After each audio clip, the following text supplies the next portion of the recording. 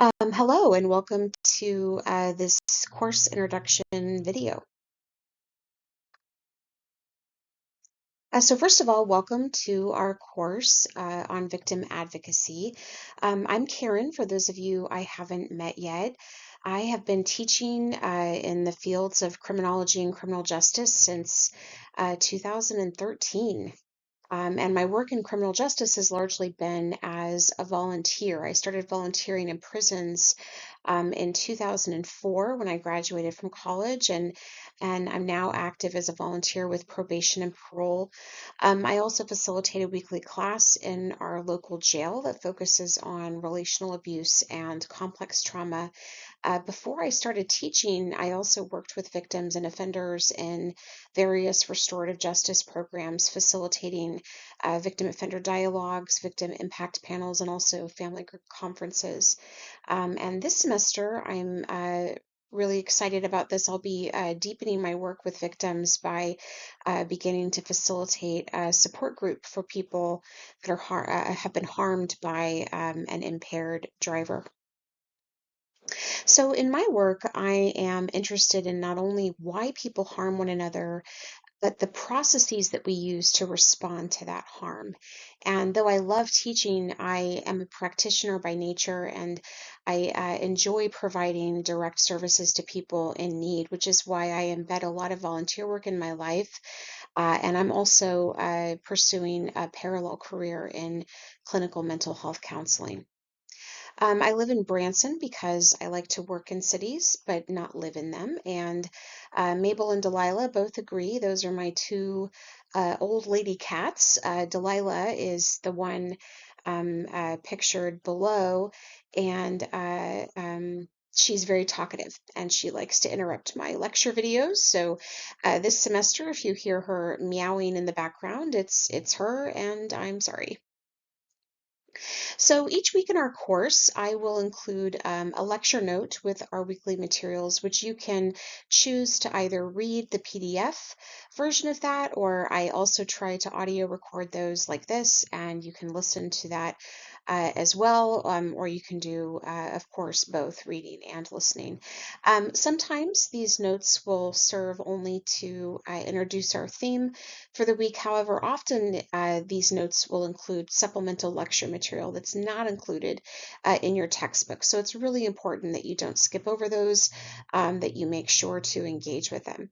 I'll also conclude each of these notes or videos with reflective queries that can help you think more deeply about our theme or our themes for that week. You don't need to submit responses to these queries. These aren't assignments. However, I encourage you to engage with them on your own, whether that looks like simply giving them some thought. You can use them as journal prompts, or you could use them as discussion prompts to talk them over with a friend, especially maybe a friend that's in the class with you. You'll definitely gain more from the class if you engage with these queries. In my experience as just a human being as well as a teacher, reflective practices usually deepen learning and facilitate personal growth. So, in my note this week, I want to introduce victim advocacy to you as well as our course, introduce the reading reflection assignment, explain the QPR training process, and also introduce myself, which I've already done. You may notice in our syllabus that we'll be reading chapters in our textbook out of sequence. As a reader, this drives me nuts, so I want to take a moment to explain why I do that. I like to organize this class into two parts. In the first part, I like to focus on what it means to be victimized, including what we know about how often that happens, the ways it happens, and how people are impacted by it. In this part of our course, I want you to read a victim's memoir and really immerse yourself in a victim's experience. As a student in this part of our course, I want you to learn about the needs that motivate victim advocacy work. In other words, why victim advocates exist and why they exist and why they do what they do. In the second part of our course, I like to focus on how victim advocates do their work, inviting you to examine what victim advocacy looks like in different parts of the criminal justice system, as well as outside of the criminal justice system. So, moving from the why to the how is the way I envision and design this course. And this means we tend to bounce around our textbook in a non-linear way.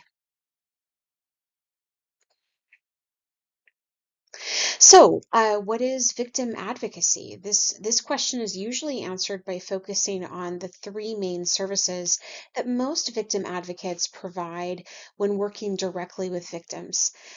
These services include number one, providing information to the victim, usually about what to expect if there is an ongoing criminal investigation or prosecution, as well as common reactions or symptoms related to trauma exposure. Number two, providing empathic emotional support by listening to the victim share their story and being a reliable source of connection, of care, and of compassion. And number three, serving as a bridge between the victim and supportive resources by connecting the victim to people and organizations that can meet their needs. I think this is a perfectly adequate way to understand victim advocacy. However, coming from my own observation and experience, I believe it's a bit too simplistic. So I see victim advocacy through an ecological lens as a system of interrelated parts that all focus on one central keystone, which is victims, and share a common purpose, which is to reduce or prevent the corrosive and damaging effects of social and relational harm. So, even though victim advocacy as a profession can take on many forms, I see six common components that are consistently present to varying degrees in this kind of work. And I call these the six practices of victim advocacy.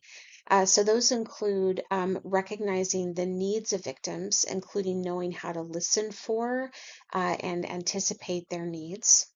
Next, responding to the needs of victims and connecting victims to resources. Next, identifying and assessing gaps in available resources, so including knowing how to evaluate programs, policies, and practices related to victim services. Also, improving and creating policies, practices, and resources for the benefit of victims. Next, promoting the cause of victims, including at the local, statewide, and national levels, as well as within specific agencies and organizations. And lastly, taking care of the self, the advocate's self, as well as the community. So, some of these practices, like evaluating resources and taking care of self and community, are reflective in nature and that they focus on the well being, growth, and sustainability of the system of advocacy. The other practices are active in nature and that they focus on operationalizing the system's common purpose to reduce and prevent harm. Everything we cover in our course will connect to at least one of these six practices, giving each of you a comprehensive understanding of what advocacy means and why it's important. In my lecture notes this semester, I'll be focusing on these six practices and inviting you into activities that help you think and act like an advocate. In fact, during our second module, I'll present you with a handful of victim profiles and ask you to select one of them to work with throughout our course.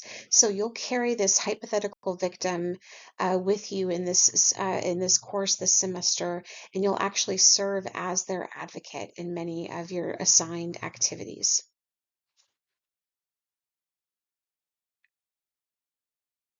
So let's talk more about the reading reflection assignment since you'll need to start working on that pretty soon.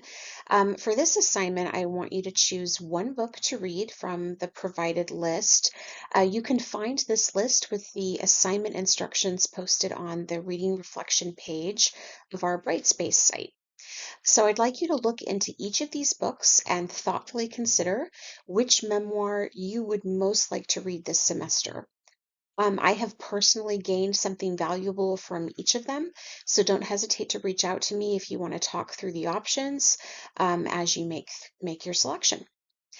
This is an assignment you can work on slowly for a couple of months, or one that you can finish pretty quickly, depending on how heavy your workload is or how you like to read. The submission portal is already available to you on Brightspace, so please feel free to finish this one early if you want to. However, in your paper, you do need to apply two concepts that we learn about to our two concepts that we learn about in our course to your memoir. So you might want to wait at least a few weeks, maybe even 4 or 5 before you finish up this assignment so that you have some material covered in our course before you actually tackle the written part of the assignment, at least that portion of the written part of the assignment. The concepts that you choose to apply can come from our textbook or my weekly lecture notes. So you can look ahead in your book and look through your book to find those concepts if you want to do this assignment early. But to access the concepts in my lecture notes, you'll have to wait for those to come in week by week. You'll notice in our syllabus that I want each of you to complete a QPR suicide prevention training this semester. I realize this is an asynchronous course, and it can be frustrating to make a synchronous meeting work with your schedule. I'll be facilitating 4 training sessions this semester, and it is my hope that at least one of those will work with your schedule. If that's not the case, please let me know, and I'll provide you with an alternative assignment. Knowing common indicators of suicide risk is an important part of victim advocacy because crime victims are at high risk for suicide. It's also important that advocates feel confident asking people about suicide and talking about it while conveying non-judgment about that and also remaining calm. These topics and skills are what we'll cover in the QPR training, which stands for Question, Persuade, Refer. I keep training groups really small so that we can interact more easily and talk through your questions. There will also be a little time for skills practice in each training, so you can actually practice using the model in a low stakes role play versus a high stakes real life situation. Even if you have no intention of working as a victim advocate, I believe everyone benefits from this training. I also believe that education is enhanced when we devote at least some time to practical and social skill development rather than focusing solely on scholarship. I realize that suicide is a distressing topic. Inevitably, many of you have been touched by suicide because you've lost someone to suicide. Maybe you've almost lost someone to it. Maybe you've thought about it yourself or attempted it yourself.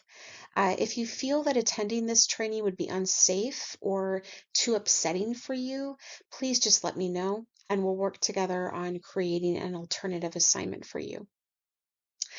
Some of you have completed this training in another course. If that's the case, you are welcome to retake the training if you want to.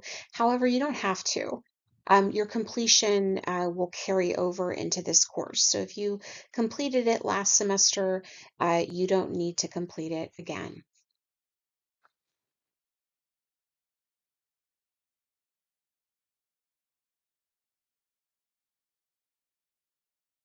As I wrap up, here are the reflective queries for this week. Again, please engage with these in any way you'd like. You can journal, think about them, or talk about them with a friend.